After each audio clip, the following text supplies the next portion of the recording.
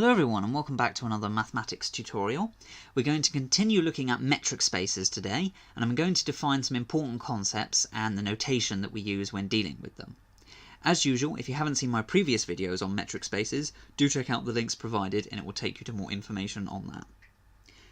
Now, to start with, I've said let MD be a metric space, and we're going to define the open ball, or the concept of an open ball. So, for r greater than 0 and x in M, we define, so we're going to make a definition, we define BR of x to be the set of all points in M such that D of xy is less than r. Okay? So this is known as the open ball of radius r centered at x. Okay? The open ball of radius r centered at x. So it's all the points in M that are within distance r of x. We can illustrate this with a diagram. So if we take sort of a circle here, and we have a set M around it, okay, so this is M, and this is going to be our ball.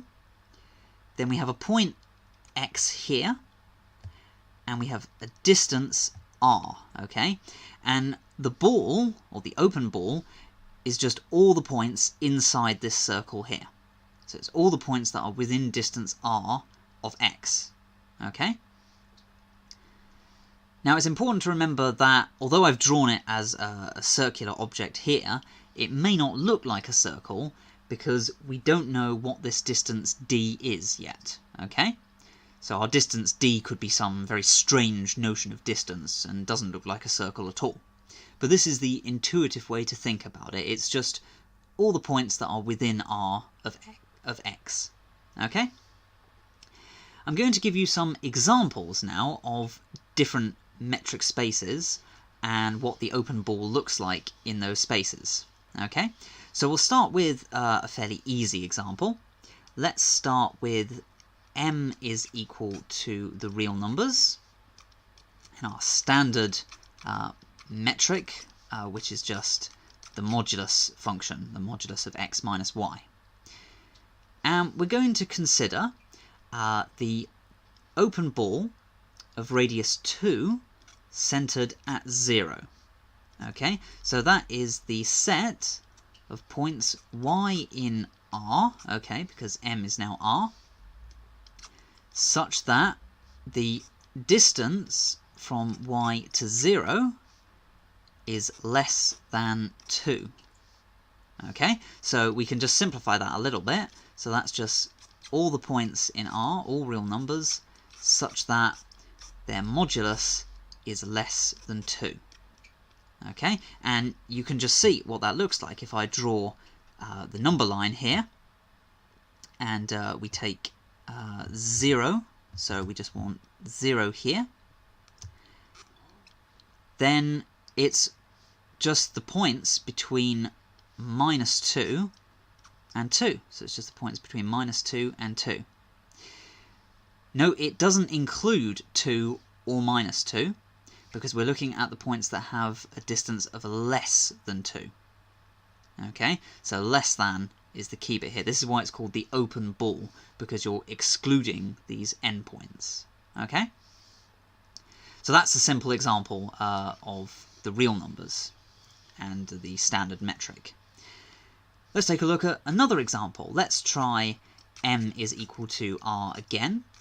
But this time we're going to look at the discrete metric. So if you recall, the discrete metric is 1 when x is not equal to y, and it's 0 when x is equal to y. Okay? Now, what does the open ball look like this time? Well, let's have a look at a few examples, shall we? What about the open ball of radius 2, centered at, say, 0 again? Okay, so this is centered at 0. So this is the set of points y in R, such that the distance from y to 0 is less than 2. Okay? Well, when is the distance from y to 0 less than 2? Well, it's always less than 2, because it's going to be 1 or 0, and both of those are less than 2, so this is everything. This is the entire real line. So it's very different from the previous open ball we looked at when we had the modulus function. We can try a different example. Let's have a look at the ball of radius 1, centered at 0. That's going to be all y in r such that distance from y to 0 is less than 1. And what is that? Well, that is just, well, I mean, if you look, the distance from y to 0 has to be less than 1, and it's only less than 1 when y is equal to 0. So that is just one point. It's just 0. So these open balls can be very different depending on what metric you use and the radius that you consider. Okay, so that is called the open ball. Hopefully that gives you an insight into what they look like. Let's try a different concept now. So the next concept is very similar. It's called the closed ball. Okay, so the closed ball, we're going to have r greater than 0 again, and another point x in M. Then we're going to define the closed ball. So this is going to be capital B, r of x, and we have a little line on top of the B here to distinguish it from the open ball. Okay, so now this is all points in M, such that the distance from x to y is less or equal than r. Okay, so this time we allow r to be included.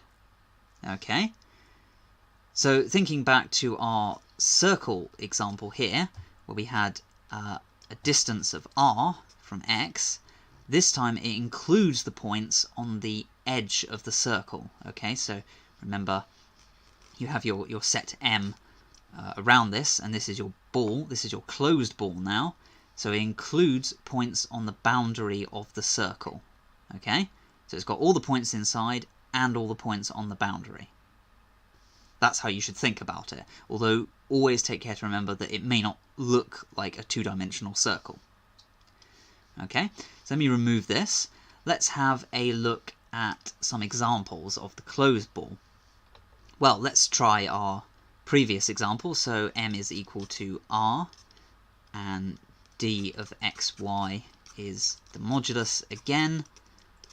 And then this time, the ball of radius 2, centered at 0, the closed ball, is going to be the set of all y in M, such that y is less than or equal to 2. So this time, it's, you have your number line right here, 0 in the middle, and you just have 2 and minus 2. So you have minus 2 here, and 2 here, and it's all the points in between this interval, including 2 and minus 2. So we include 2 and minus 2 this time. So the important thing to remember here is the closed ball includes the radius r, so you can be equal to r, and the open ball excludes the radius, so you can be less than r, but you're not allowed to be equal to r. So the closed ball is bigger.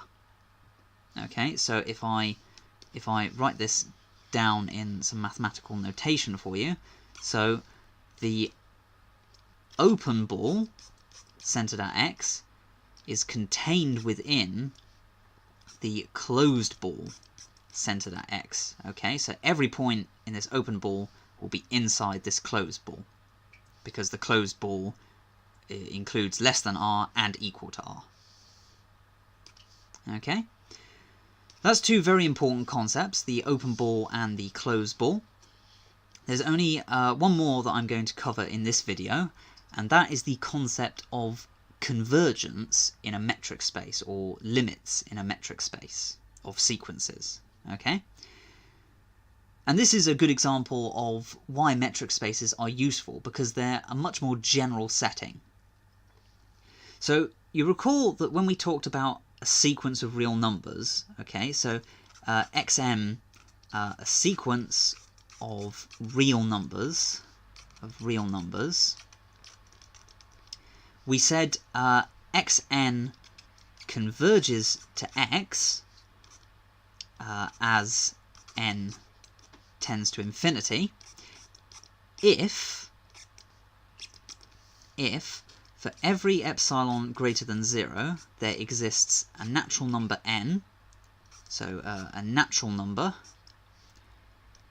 such that for all n greater than or equal to n you have that xn minus x is less than epsilon. So that was our definition of convergence for real numbers. Okay? Now, looking at this definition here, I'm going to change it for metric spaces. Okay, so we're going to adapt this for metric spaces.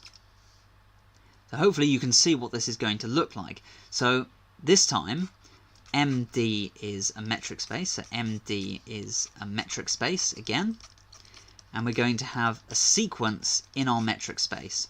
So xn, a sequence in M, and x is some point in M. Okay? We say xn converges to x as n tends to infinity if for every epsilon greater than 0 there exists n, a natural number, such that for all n greater than or equal to n, the distance from xn to x is less than epsilon. So that is the definition for convergence, or a limit of a sequence in a metric space. Okay, so this is much more general. If we take d to be our modulus function, then this becomes the notion of convergence that we had previously for real numbers. But now, because we have some general metric d and a general metric space, we can talk about this convergence in a much more general way. Okay, that's all I wanted to say for now. Just remember all this notation and try to memorize the open ball and the closed ball and the definition of convergence. Don't forget to subscribe and enjoy solving the maths problems.